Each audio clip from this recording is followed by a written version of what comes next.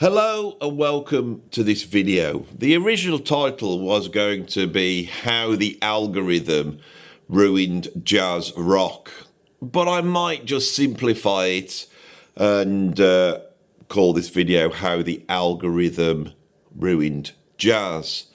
I'm not sure the algorithm did ruin jazz, however, because I think jazz has been ruined by a whole host of things, and jazz now is a dead music form which has been placed into the museum, now exists only for the sort of elites to go and listen to, or at best the middle classes, and I don't think it occupies the same cultural space that it did 30 years ago, but it still exists. And those people who would want to challenge me when I have a go at the dead carcass of jazz, rather than gloating over it, I hope that these videos may be like them electrical things that I'll put on the chest of jazz. Maybe we can wake it back up, I don't know.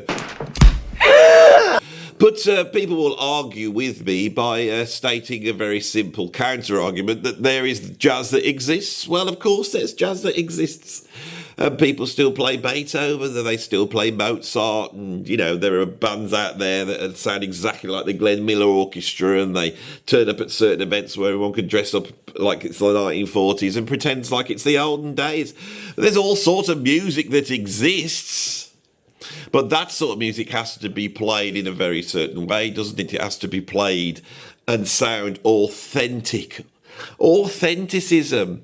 It was never a factor that created jazz. It was never something that was important in the history of jazz. In fact, jazz was incredible because it wasn't authentic. It was new.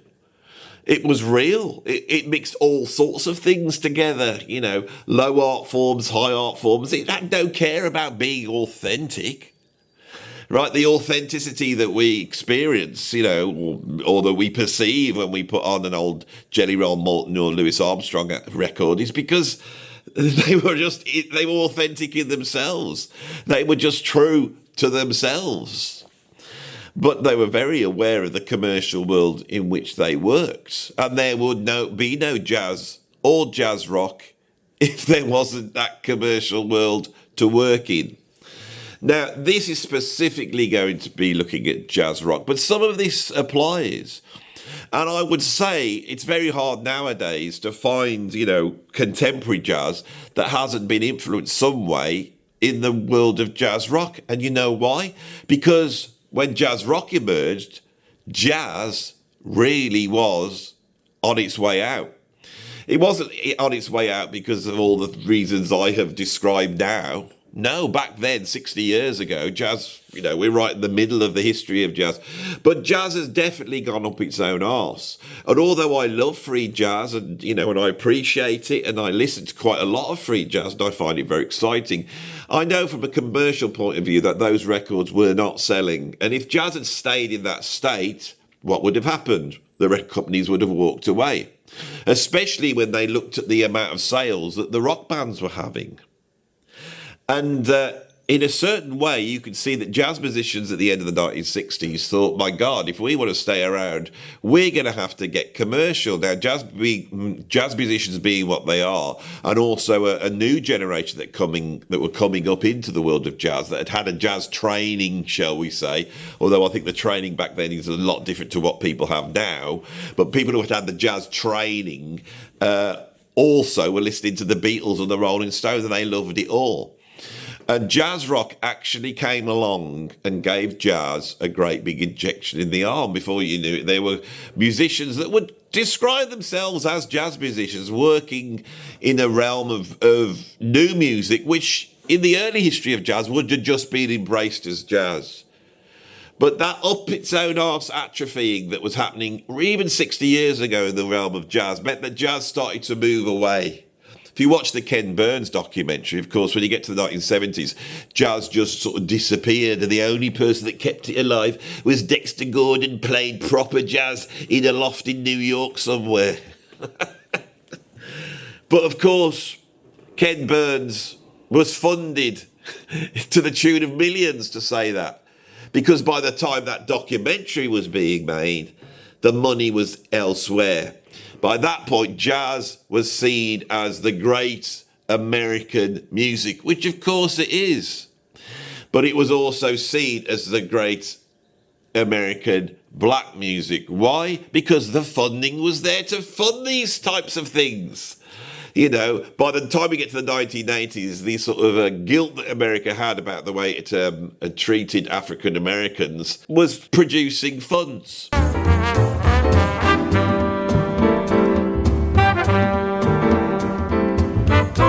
And so this idea came about that jazz was the black classical music. And with that, funding emerged. Once that funding was there, you could see that there were certain musicians who had funding and they seemed comfortable and they seemed very political and they were fighting the good fight against inequality and they were building pride in the great works of African Americans, which I'm very proud of their work. I think they're geniuses. I think we can all be proud of them. But we can't be quite as proud as someone who's black. Because for some reason, the colour of their skin has something to do with the genius of Sidney Bechet. As disco took hold in the late 1970s, we can see that many jazz musicians, including a lot of the fusion guys, they started to move over to something that was more like traditional jazz. And 1980s can see where we get the emergence of traditionalism. Now, this had always been the case. You know, by the 1940s, you had people going around saying the only true jazz is New Orleans jazz, and they were trying to play it as accurately as possible.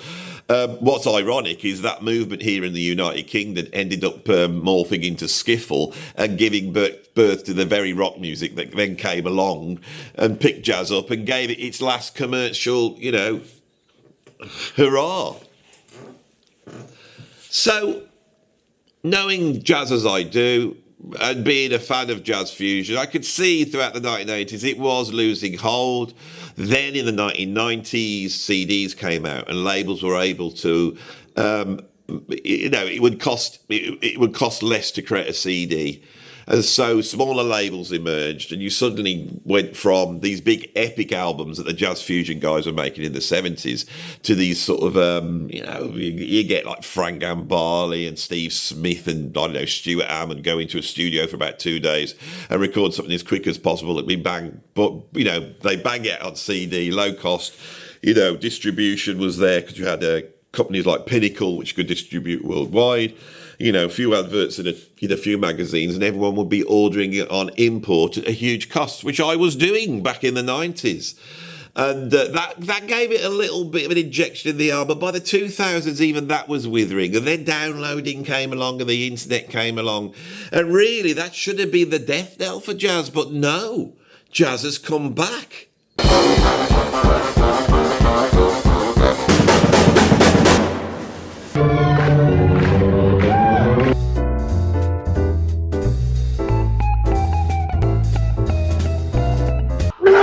Especially jazz rock. And now anybody who wants to play guitar or bass or drums or keyboards or any instrument can get online and find some virtuoso musician who is playing, well, how would we describe it? We would describe it as jazz rock.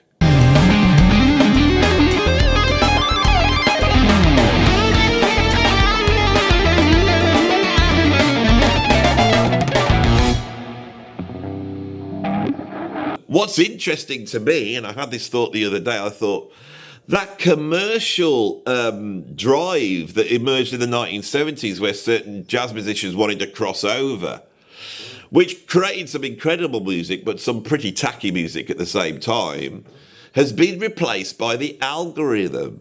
The algorithm is now like the A&R guy. It stands there at the gateway to success and a career, saying you've got to do this and you've got to do that. I thought it'd be interesting to, you know, examine what the algorithm wants. And in examining the algorithm, maybe we could see what we've gained and what we've lost. The musicians that created jazz rock in the 1970s had grown up in the 1960s, and they had grown up with the genre of free jazz being the preeminent style at that time. They may have been big fans of Charlie Mingus or the Miles Davis Quartet or John Coltrane, but by the time they got to the 60s, they were aware that that sort of bebop vocabulary had broken down. You had sort of modal jazz, you also had free jazz, and you started to get the development of what I call the Berkeley chord scale way of playing jazz. And a lot of those second wave fusion players were grounded in that. The original guys, Larry Coryell, John McLaughlin, Chick Corea, they all were free jazz guys. And the electricity and countercultural aspects of rock, they embraced. And so the early jazz rock can be very chaotic and very fiery, very exciting in a way. Now, Miles Davis was one of those musicians who had come from bebop, adapted modality, as everybody says, on Kind of Blue. But what they don't say is with the influx of people like Tony Williams and Herbie Hancock, these new musicians coming in the 1960s, although he had criticised the great, innovations of Ornette Coleman, I think by 65, he'd embraced those ideas as well. But Miles himself was never a musician that wanted to play to the elites. He was the elite. He'd grown up in a household that was very rich. If you see him tell his tales of coming off heroin in the 1950s, he was able, unlike many jazz musicians, to go out to see his father's abode, which was literally hundreds of acres with multiple buildings. He could have a whole sort of little holiday home to himself and sit there and get over his heroin addiction.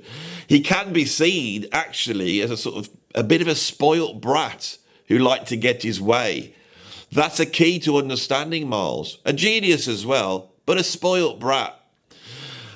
And so he had no truck with trying to appeal to the intellectual end of the world. He wasn't a John Lewis Le Monde Jazz Quartet. He wasn't one of those types who wanted to be seen as a great, thoughtful musician. He always wanted to appeal to the street.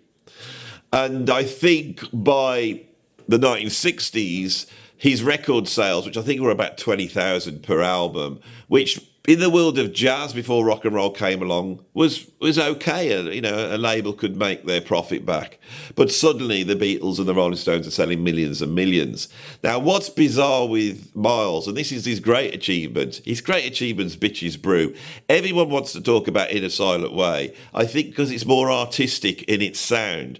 Bitches Brew is far more chaotic.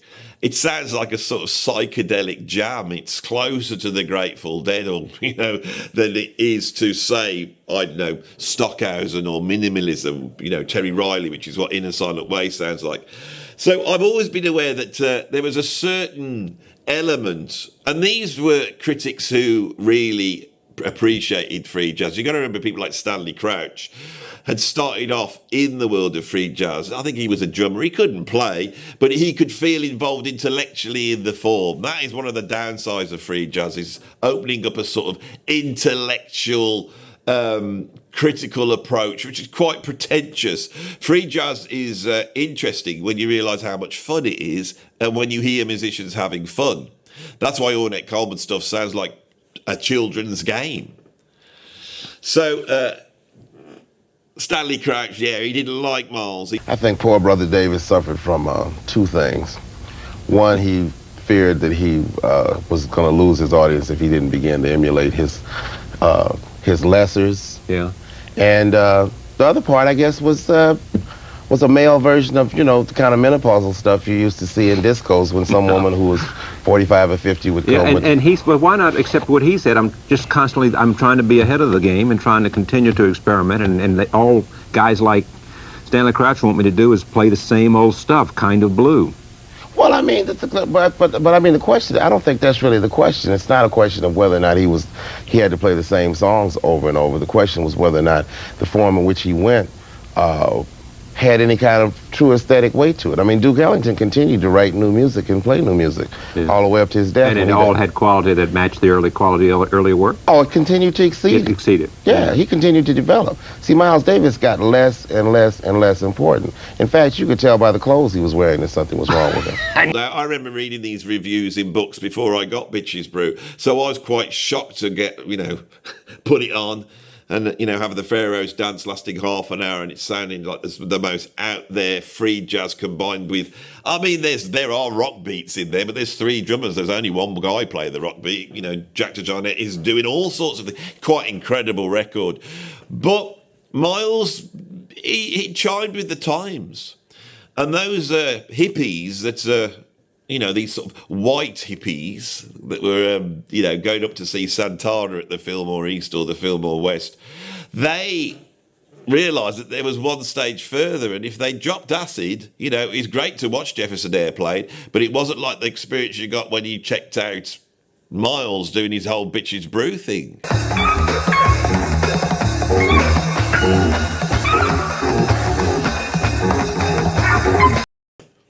Miles's management, of course, are very strong. And so when he offered that to John McLaughlin and got, persuaded Clive Davis to sign the Mavish Nuksha and market them correctly, we suddenly had this sort of incredible multi-ethnic, multiracial, multi-genre band pulling all these elements together with the idea, that revolutionary utopian idea of blowing your mind. And the Mavish Yorkshire did. And they were marketed in that way. I know people who saw him in the 70s and you would take acid and go and see the Mavish Yorkshire. That's what it was. And so suddenly this band were operating like a rock band. Miles's group sort of achieved it, but never like the Mavish Yorkshire. Now, the thing with the Mavish Yorkshire is compositionally, he wasn't Chick Corea, John McLaughlin. He was writing music for them to blow on. Cool riffs, cool little musical interludes. John could write an incredible tune, and every now and then you get a beautiful acoustic ballad that shows the breadth of John McLaughlin's compositions. But the Mavish Yorkshire was about rocking. It was about riffing. It worked like Hendrix or Deep Purple or Black Sabbath. They were loud and it was all over the place. This was the fastest rock and roll band on the planet. Now, that's interesting because that sort of Olympic aspect of the Mavish Yorkshire, I would say, is where the die is cast for what we have now with the algorithm. Billy Cobham went funky with Spectrum. Herbie Hancock came out a few months later with the Headhunters album. Chick Corea comes out with Return to Forever. And these bands are now playing within the market of jazz rock. And I think the hit records that Herbie had, with say, Chameleon, opened up another angle.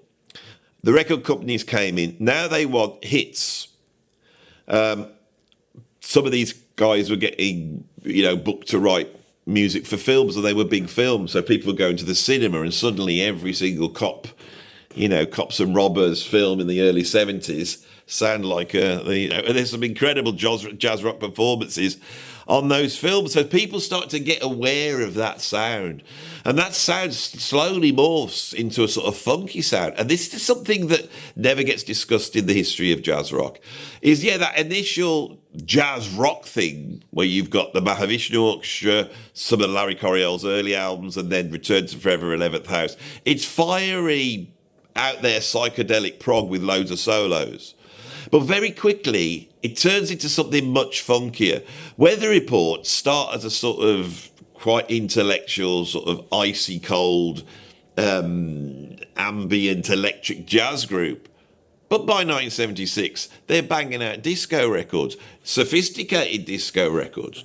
So I'm very aware that the gatekeeper for jazz rock in the 70s was the standard music industry. Now, the music industry back then, there's some fundamental aspects of marketing stuff in the old music industry, which we tend to forget.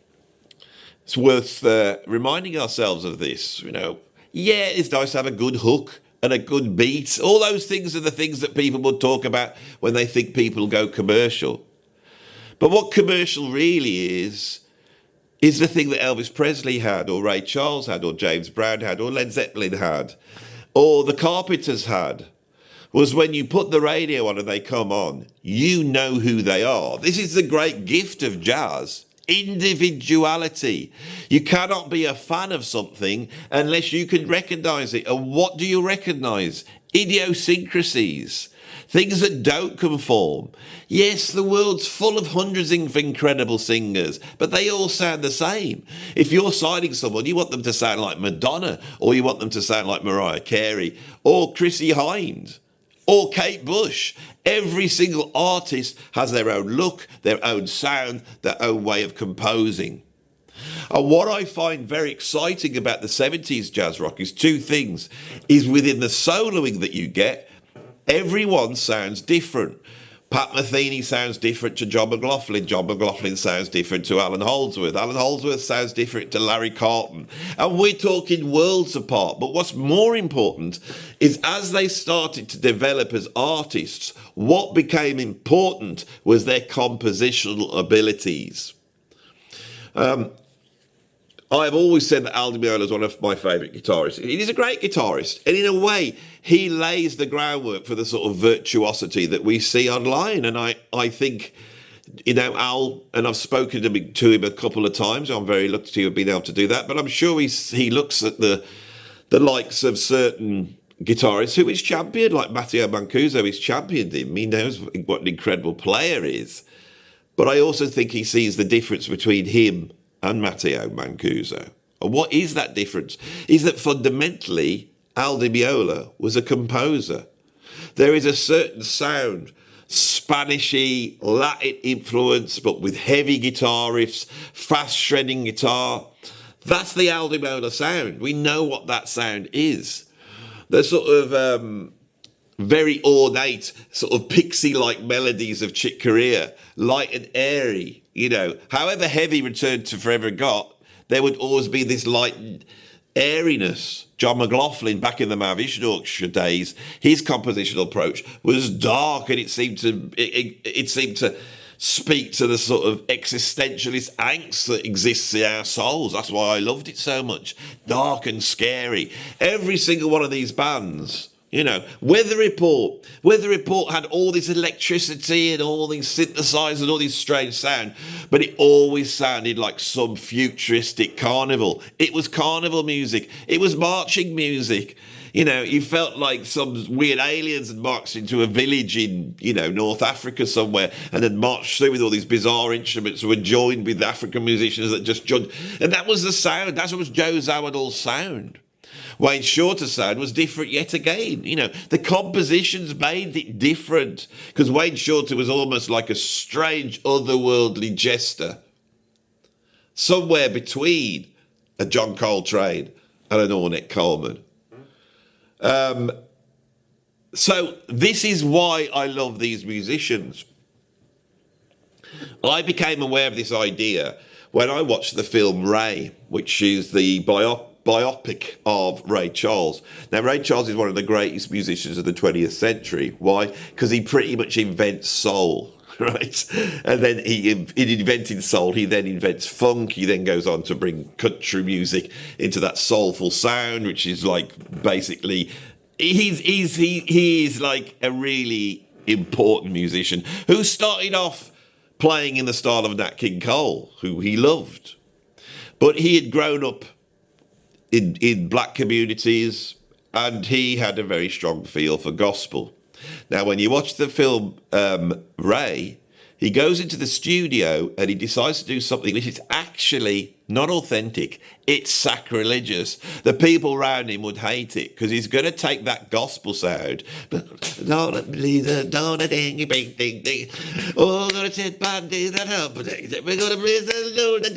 take that sound, but he's going to put on it earthy lyrics that are sort of coming out of the R&B world at that time, but really earthy lyrics. So he goes in, he takes that feel and start to sing, and you have to understand what this represents because we forget it now. He sings, I've got a woman way over town that's good for me. Is he in love with her? No. Does he want to marry her? No. Does he worship at the feet of her? No. She's just a lady that he can go and see and have a good time. And he takes the sound of the church. He takes the sound which is there to worship Jesus Christ, the Saviour, and he swaps it for some bloke who's singing about having a good time with a woman of, let's just say, an interest in carnal activity. They're sort of women that you tend to look at for when you're a younger man and then realise you better stay away from when you're an older man. But they lose interest in you, don't they? But they'd had an interest in Ray back then. And even though he couldn't see what they looked like because he was blind, it did not matter. He captured it on that. It's earthy. It's rude. It's rude. And if you thought I was a little bit rude then, I've tried to, mask it with my English ways. But the truth is, that's a rude song about sex. When he performs that, the guys in the studio go, oh my God, what's this? I've never heard this before. Because they know they've got a hit record. Because then, to have a hit record was to sound like nothing else. Ahmed? Yeah, we gotta get this on wax. Oh yeah. Oh yeah. It wasn't about being authentic. It wasn't about doing the right thing or playing in the right way. Now, why am I saying all this? Because this is the opposite of the algorithm.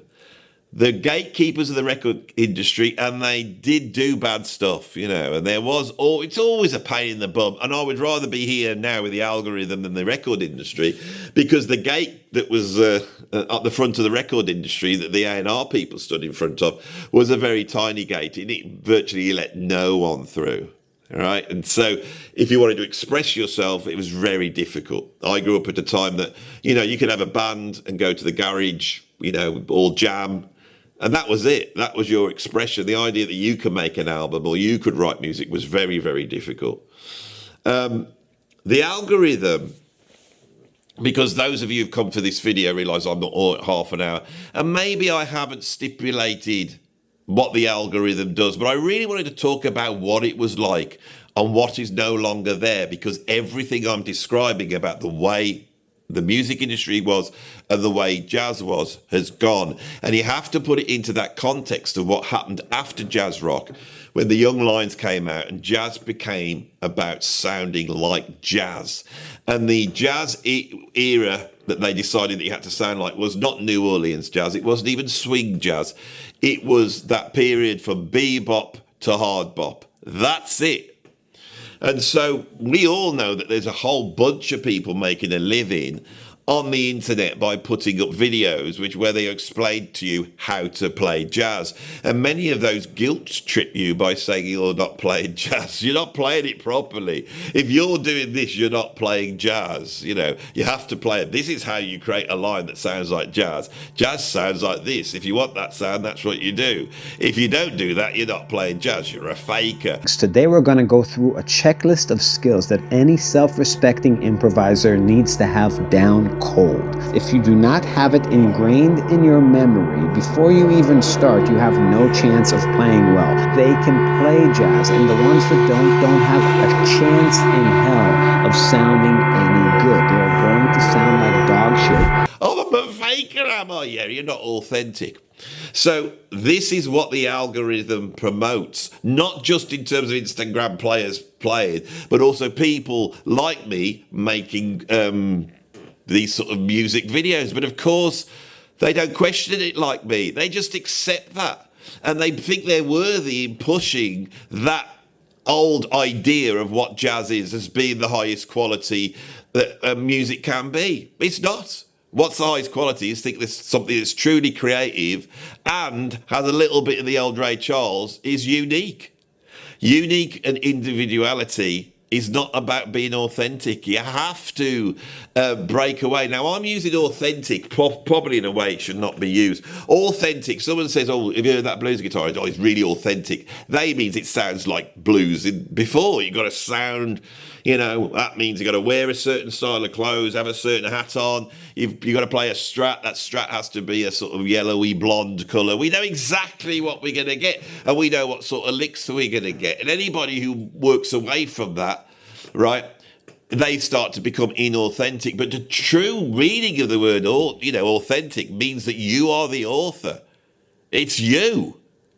This is a great theme. And the algorithm, I'm afraid, it's not that it won't. All the algorithm is interested in is spotting what people like and then trying to drop it in front of them. That's what the algorithm does, because what you're watching here, this is all about capitalism. It's all about selling stuff to you. It's all about the ad revenue, or those of you who are members on YouTube, you've paid up. And if you're watching me, my job is to keep you here. I've got to get you here and I've got to keep you here. That's the job. That's the job, right? I've got to keep you here. Now, one of the things I realised with my knowledge of jazz and music history and culture and art, when I started doing this channel, I thought, it's going to be best for me to just do exactly what I want and to push this as far out. And so there's nobody doing what I do on YouTube. And if you sometimes watch and go, why the hell has Andy got a wig on? Or why is he now doing this? Or why is he now doing that? Because I take all my interests and all the things I love and all the things I hate and I pour it into this channel. And so look at the name on it, Andy Edwards. What you get is me, right? Now, I'm aware of all my faults. So you're probably aware of some of my faults. And I have them. And I put them on show here for you all to see, right? So that somebody, when they sit down, they go, I want some Andy Edwards, not I want some music YouTuber teaching me how to play some bebop lines, or I want some music YouTuber to pretend they're like God and go through what are the objective greatest albums by the Beatles or whatever it is, right? I don't want to do that.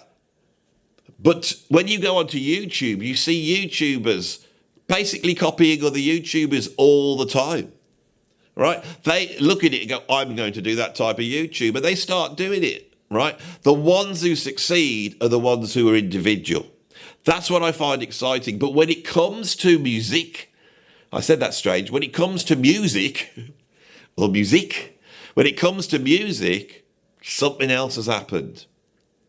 Because music itself isn't like me coming on and doing my thing, I'm afraid, right?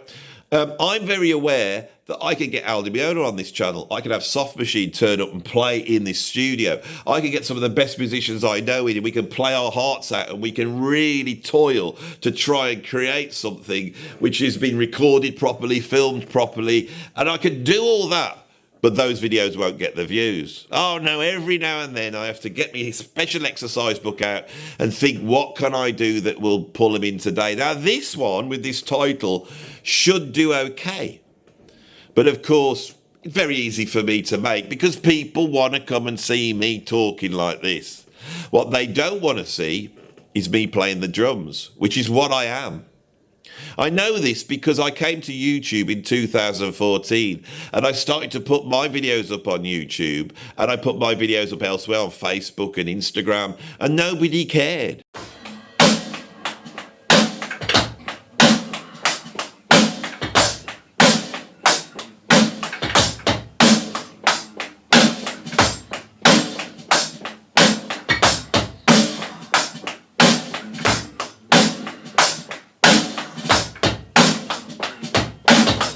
We gotta get this on wax.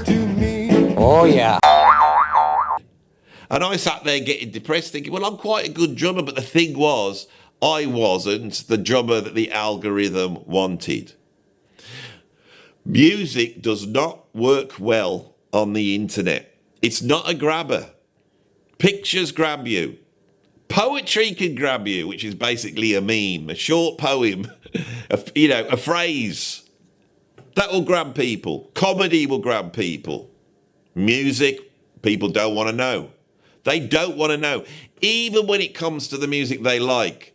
Nowadays, people would rather hear someone talk about the music they like than actually sit down with their headphones and listen to it. They've heard it all their lives. Most of us at our age now, we've switched off from music. That was a big problem I had. It's probably a separate video. That was a problem I had for the first 2 years of this channel, is I wasn't buying music. I wasn't listening to music. I just wasn't interested in music. I was interested in YouTube. My interest in music now is back. I'm like spending so much money on records. There's so much modern and old music. There's so much music out there to listen to. But I don't want anyone ramming it down my throat. I'll make a decision about that. So, how do you pull somebody in? Well, musically, a musician is going to have to play absolutely perfectly. You don't want any mistakes. No one wants to listen to mistakes. If you listen to Hendrix and he's playing for 5 minutes, we can put up with all the mistakes we like. We love it. But we don't want just those mistakes up. So if we're only going to put a minute's worth of music, because that's the attention span, make sure there's no mistakes in there.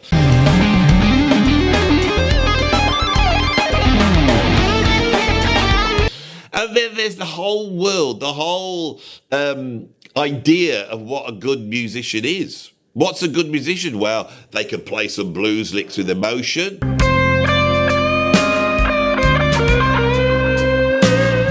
They got a nice sound. What's a nice sound? It's the sound that everybody likes. You know that sound. You know, they can play fast. Utilise a few weird techniques. Maybe do something that's astonishing. That would be the best thing, is to do something you cannot believe.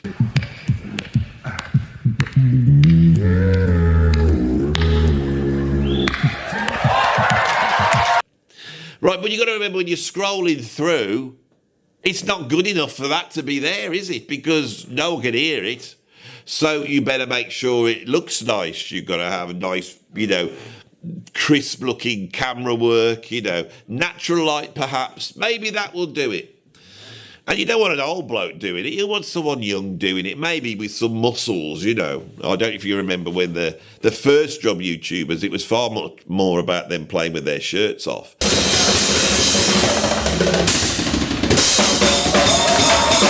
But of course they couldn't compete against the girls, could they?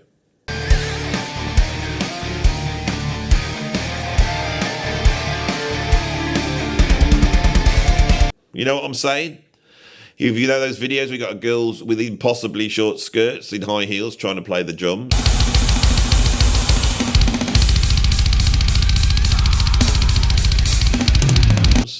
Adequately. And you go, oh my God, that's terrible. Look at her, their hands don't look. She ain't got very good technique. But you're looking at it and you look down to 4.2 million views. Oh, fair enough. All them girls who like to play the guitar and rest one of their breasts into the curve of the guitar. Those types of players. They don't have to do anything, right? They don't even have to play that well, but it will guarantee millions of views. The algorithm is absolutely vicious. Now, jazz, as I said, always had this ambience of being outside of music. It's cool. The cool people are into jazz. I'm cool, man. I'm walking around. I got a YouTube channel, man. And I'm with all the cool people. Now, all the cool people now are all the kids of wealthy people who live in New York and can afford to go to Berkeley to study. That's what being cool is. They can walk around aloof because they don't have to worry about normal life, do they? The jazz world sort of took that aloof coolness and it turned it into a commodity of the elites. And now the elites love it. And they've all bought into it. Whether it's the well-to-do types going to jazz at the Lincoln Center to see Wynton Marsalis tell us how great Duke Ellington was, oh, he's the greatest composer of the 20th century. Oh, he really was. What did you go to? I mean, really, people talk about Schoenberg and Stravinsky, but in the end, when we look back, what happened is the racism at the time, it couldn't appreciate, they called it jungle music. Do you know that? They called it jungle music, yes? And they didn't appreciate it, but now we can go rock up to the jazz at the Lincoln Centre and sit there with our suits on, go, oh my God, what a great man. And Winter will tell us in such an erudite way what an incredible musician he was. I mean, it's almost like Duke Ellington's there, in a glass box, mummified forever. Always playing mood indigo. Oh, the indigo, which of course represents the black, doesn't it? It's the mood of the black people. Oh, they're such an expressive lot, aren't they, black people? Oh, yes, and they've suffered so much, haven't they? Oh, yes, and Duke Ellington shows us this when we do this. I think I need to put some money in my pocket because I'm very wealthy and I don't really want to have to do anything that will help the poor. So I can virtue signal by throwing money at this, I can meet all my posh friends and wear the suits, but also feel like we're doing some good for somebody when we're we're only helping a whole bunch of other people who come from wealthy elites. Because, I hate to say it, black people, some of them do come from wealthy elites now, don't they? Yes, they do, and they usually turn around with some mad idea of BAM, black American music. Whoever came up with that, that's not your normal black bloke, in America, is it? That's grown up in the ghetto, has grown up, that's someone who's born into privilege. Maybe they were born into a family with connections in New Orleans, maybe this what? That, if you take what I've just said there, if you package that up in a genius type of way, what you get is Snarky Puppy. Now, Dirty Loops did it first. They were there playing their sort of pop songs, but putting in all the cool, outsider chords and the cool beats and showing their virtuosity off and being all perfect and having the cool haircuts. The cool kids are playing it. But they were a bit bloody, European and probably North European. Now, it required people who lived in New York to do it, didn't it? The old Snarky Puppy. And there they are, they're playing away. And all the beautiful people are sat around. They all got their headphones on. Whoa, how did they get this recording studio? They must be millionaires. Well, they just are. They just are. I became very aware of this, I would be watching some bloke who's flavour of the month at the time in the world of drumming. There he was, looking all handsome and tanned. And he would say, just built my drum studio. And you'd look at it, it would look like something off bloody Starship Enterprise. I think, how have they afforded to do this? They can't be making that much money on that gig, because I know that gig, does 20 dates a year. So even if they're playing like 500 quid a gig, it's only bloody 10 grand a year. How's he affording that? Well, because how they've afforded that. We know what's going on. We're not stupid, and I don't begrudge any of it. Right? I don't mind what people do. They can do whatever they want, and if they're well off, flaunt it. Do what you want. I don't want any of it. You can have it. I will find my own way in life, and I will do the best I can. But don't package it up as some aesthetic, right? Like Snarky Puppy did. I love the music. It's great. If you imagine just making the Brecker Brothers a bit, slowing it down a bit, like you got the Brecker Brothers really stoned, just slow it down a bit. That's what Snarky Puppy like. So they stylistically sound like about 30 years out of date. It doesn't matter. A little bit the old M bass in there. Some of the cool, drummers that are playing a bit jungly. Take all that bit of Chris Dave, put all that in. Stacking cymbals. On that. Guitarists. Maybe they're playing a Telecaster. They ain't going to play like a jazz guitar. They got a Telecaster, that would be the guitar to have, and they all sit around, they're all playing really cool, and all the cool people are there. They're in the, how do you get into that recording studio, huge recording studio that they've got? Well, you just have to be in with the in crowd, don't you? And they're sat there with their headphones on, and then the guy starts soloing, and stupid people, they can't tell whether soloing's any good, but they can, because the cool people are going, oh.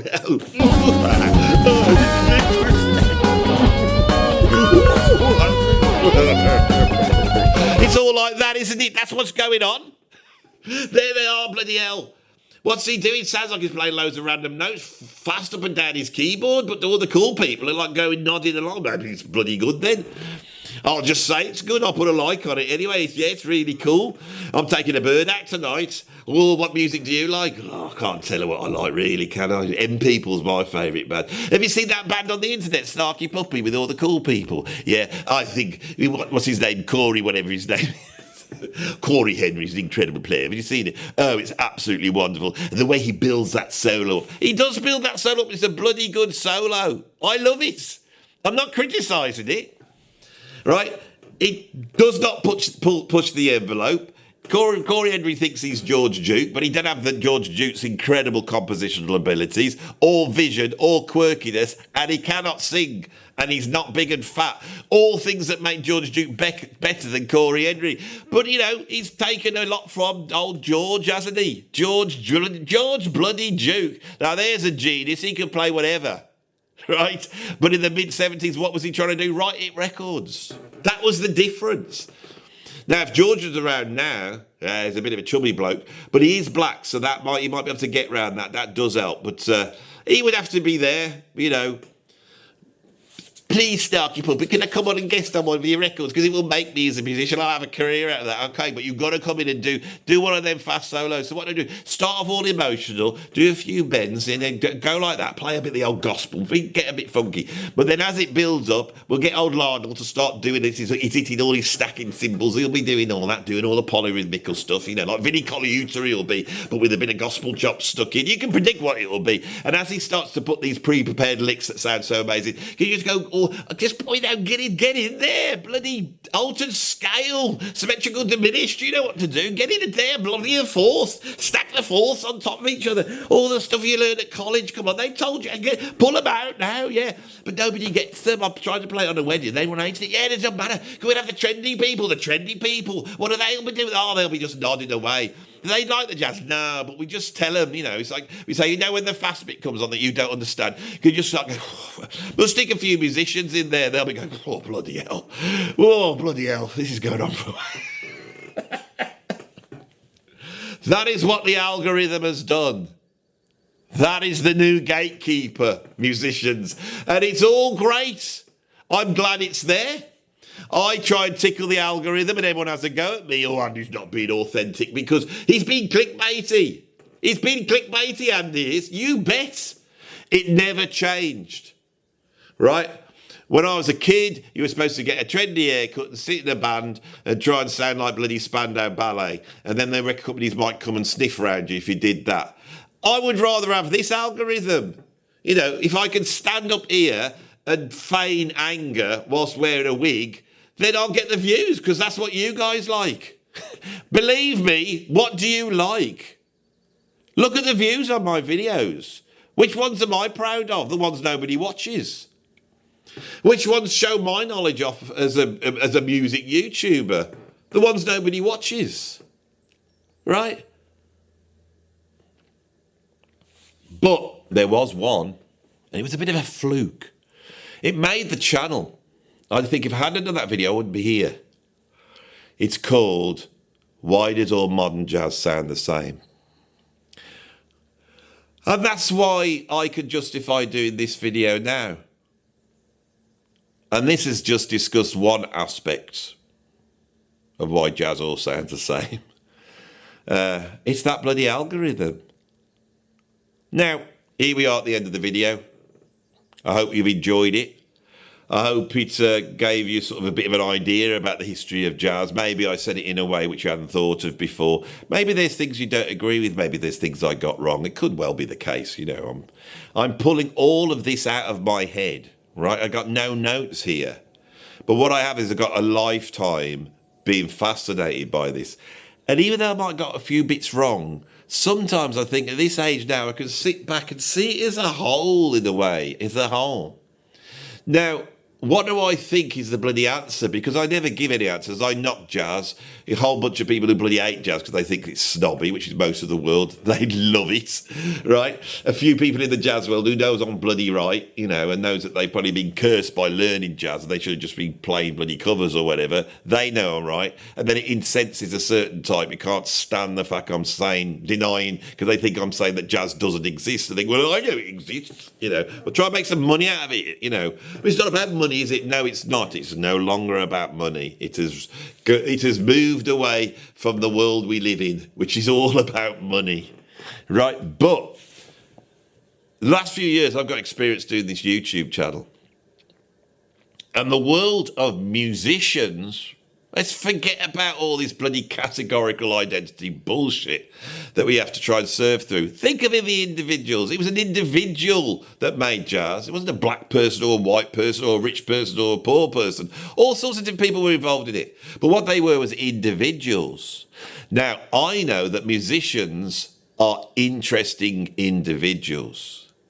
So when I did my Soft Machine video, I just wanted to show that side, that the Soft Machine guys are bloody zany, up for a laugh, want to blow your mind playing way out music. Right? That's who they are. And when you watch that video, you get something more than just putting on their album. If you love their album's a great thing to own, you know, because you've got it.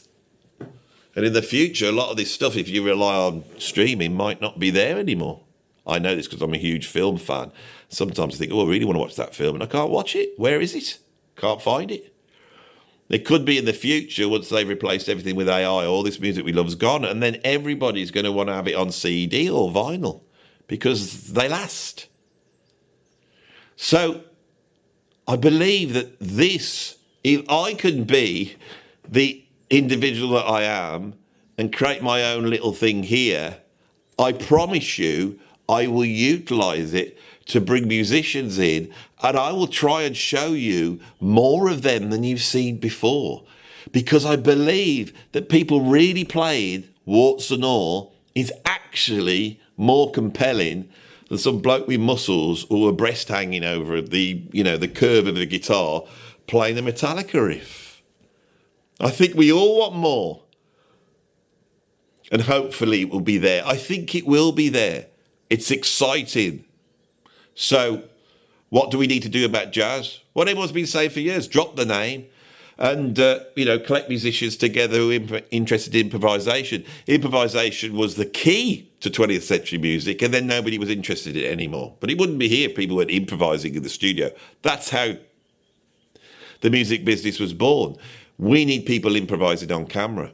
We need people making it up. We need people feeling like they've caught something that's going on. We need people to realise that what Corey Henry's doing on that Starkey Puppy is actually in the music, and without that, the rest of it's all frills. It points to it. But let's think about what it is, what he does on that, and how that managed to get millions and millions of views. And what it was is you felt like the guy was flying. And people love to see people flying.